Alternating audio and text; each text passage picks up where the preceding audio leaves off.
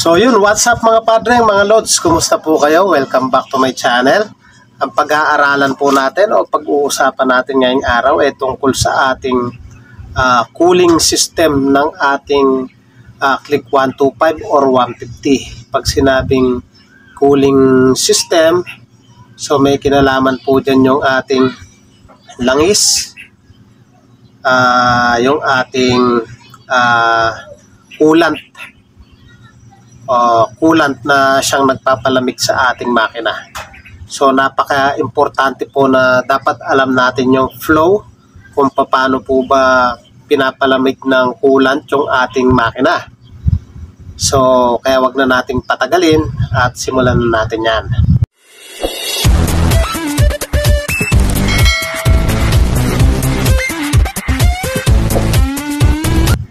So mapapansin nyo, meron ako ditong block.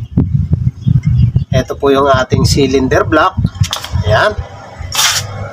So pansinin nyo po yung ating cylinder block dito sa kanyang ibabaw. May gasket po dito yan. Itong gasket po na yan, siya yung nagdudugtong sa ating cylinder head. So ito yung ating cylinder head. Gusto muna. Ayan. Ito yung ating cylinder head mga boss. Ito. So bali magkaganyan siya. Ayan. May na po. Ayan. Magkatapatan to. Yung dalawa. So sa pagitan po nila meron tayong gasket. Ayan. Bali magkataklob po na ganyan yan. Ayan. Okay. Malinaw po ba?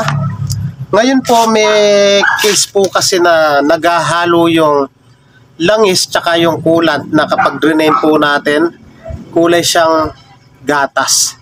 So naghalo po yung coolant dun sa ating langis. So kalimitan, bakit po ba nangyayari yon? Mga padreng, mapapansin nyo tong ating cylinder block. Eto yung bilog na yan. Ayan. Ang dumadaan po dyan mga boss, tubig.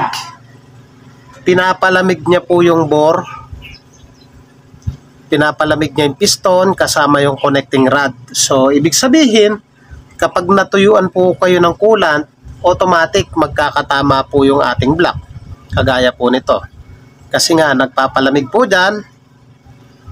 Ito yung ating pinakatubig dito, yung coolant.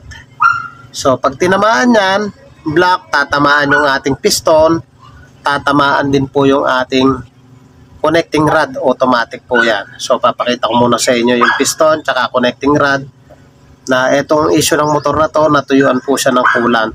So pakita ko sa inyo. So ito yung ating sigunyal. So ito yung ating connecting rod. Ayan o, tinamaan na po siya sa loob. Ayan o, tinamaan na po siya. Kasi nagpapalamig po dito yung ating coolant. So, syempre, nakapasok po yung pin ng piston dyan. Automatic, may tama na rin po yun. Once po na nagkatama to. Pati yung piston may tama. Pakita ko po sa inyo. So, ito yung ating piston. Pag natuyuan ng coolant, automatic, magkakatama na po yung ating piston. Tsaka yung ating piston pin. Kaya wag po natin papabayaan na matuyuan po tayo ng coolant kasi napakalaking gastos mga boss. So yan po yung magiging tama niya. So ipapaliwanag ko po sa inyo kung paano yung flow ng ating coolant sa ating mga motor tsaka yung langis. So balik tayo dito sa ating block. Eto. Dito nakapatong yung ating cylinder head. So sabi ko nga po sa inyo, pinapasukan to ng tubig. So saan po siya dumadaan? Meron siyang butas dito. Eto, may butas, may hose dito kung saan nandun po yung ating water pump. Mamaya ipapakita ko po sa inyo na yung coolant dito dadaan. May butas dito yan. Ayan, may butas dyan o. Dito. Papasok yung tubig dito. Papalamigin niya yung ating block. Ngayon, etong ating cylinder head, kung mapapansin nyo po yung ating cylinder head, may gasket po dito yan. yung ating cylinder head, pinapasukan din po to ng tubig. Ayan. So ayan mga boss, mga padreng, ito yung ating radiator. So yung kanina, yung ating block. So kunin na muna natin yung ating block. Ito yung ating block. So ito yung ating block. Sa side nya, ito may butas. So itong block natin, nakapasok siya ng, teka, testo muna natin. Ayan, nakapasok siya ng ganyan. Ayan, nakapasok dito.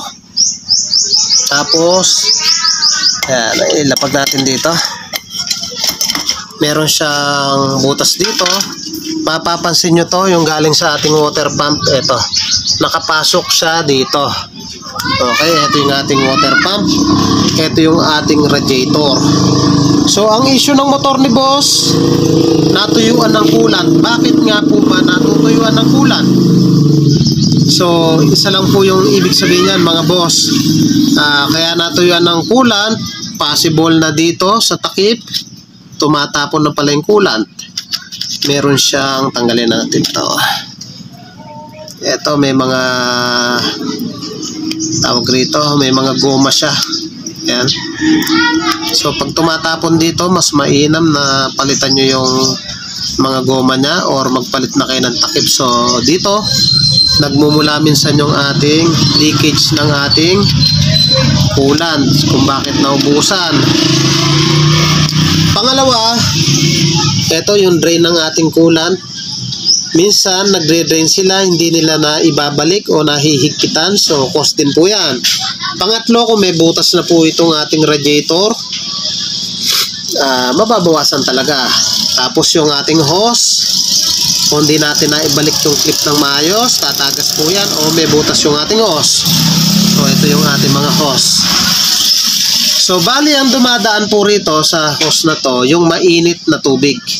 Kaya wag po natin bubuksan to ng mainit po yung makina kasi mainit po yung nakapondong tubig po rito. Ngayon pagbaba rito, pagdating dito malamig na po yung tubig na nandito sa baba. Ngayon dadaan dito sa ating hose na yan.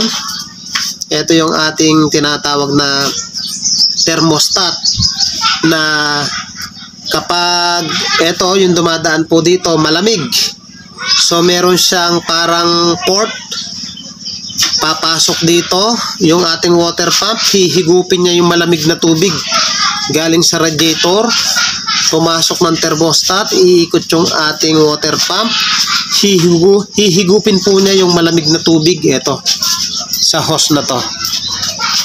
Itong hose na to, dito po yan nakapasok. Ibig sabihin, ang pumapasok dito sa ating block na to, tubig na pinalamig. Dahil sa ating fins, kaya may fins yan yung hangin. Pinapalamig din po ng hangin yan. So, malinaw po ba mga boss? So, pinapasok po dito, malamig na tubig. Samantala dito, ang dumadaan yung mainit na tubig. So, itong ating thermostat, pag naramdaman niya na po na mainit na po yung tubig na pumasok dito, magbubukas po to, magbubukas. Bibigyan niya ng daan yung mainit na tubig para ibalik niya rito. Mainit, pagbaba, lalamig, pupunta rito, at thermostat, pupunta sa water pump, higupin, ibabato rito. So sana po mga boss, nakakasunod po kayo dito sa ating cooling system. So napaka-importante po nitong ating coolant na wag pong matutuyuan. Pero kalimitan, dapat talaga nag-check din tayo. Siyempre kasi minsan sa init ng makina, nagbabawas talaga to eh. Nagbabawas talaga. So pag nagagawa po tayo nito, pag pinandar natin, checkin natin kung may mga leakage. Kung may mga leakage po yan, i-check po natin. So sabi ng may-ari dito, totally naubusan ng laman. So possible po yan na may leakage yan, na may leak talaga. So sa ngayon, pinag-usapan muna natin kung paano yung flow ng ating cooling system. So, ganun siya. Ngayon, ay yung ating cylinder block, cylinder head pala. Kunin ko yung ating cylinder head. May mapapansin tayo dito. Ito yung ating exhaust. Ibig sabihin, oxygen sensor po ito. Ngayon dito, sa part dito, mapapansin nyo po, may tanso. May tanso siya. Ayan, may tanso. Ayan. May tanso siya, tapos etong part na to, may goma dito nakapasok. Ayan, dito nakapasok. Ibig sabihin, ito yung tinatawag na ECT sensor. Pag sinabing ECT sensor, siya yung sa coolant sensor po to. Kaya mapapansin nyo yung tanso niya, malinis. Samantala dito sa ating exhaust, parang masunog na siya o sa sobrang init. So ayan, mga padreng, sana po nagustuhan nyo po yung ating maikling talakayan. Kaya naman kung bago ka pa lang sa akin channel at nagustuhan mo yung ganitong mga tutorial, huwag nyo pong kalimutan na paki-like, paki-subscribe, paki-hit na rin po yung notification bell para updated po kayo sa mga videos na ilalabas ko. Thank you po sa inyo. God bless at mabuhay po kayo.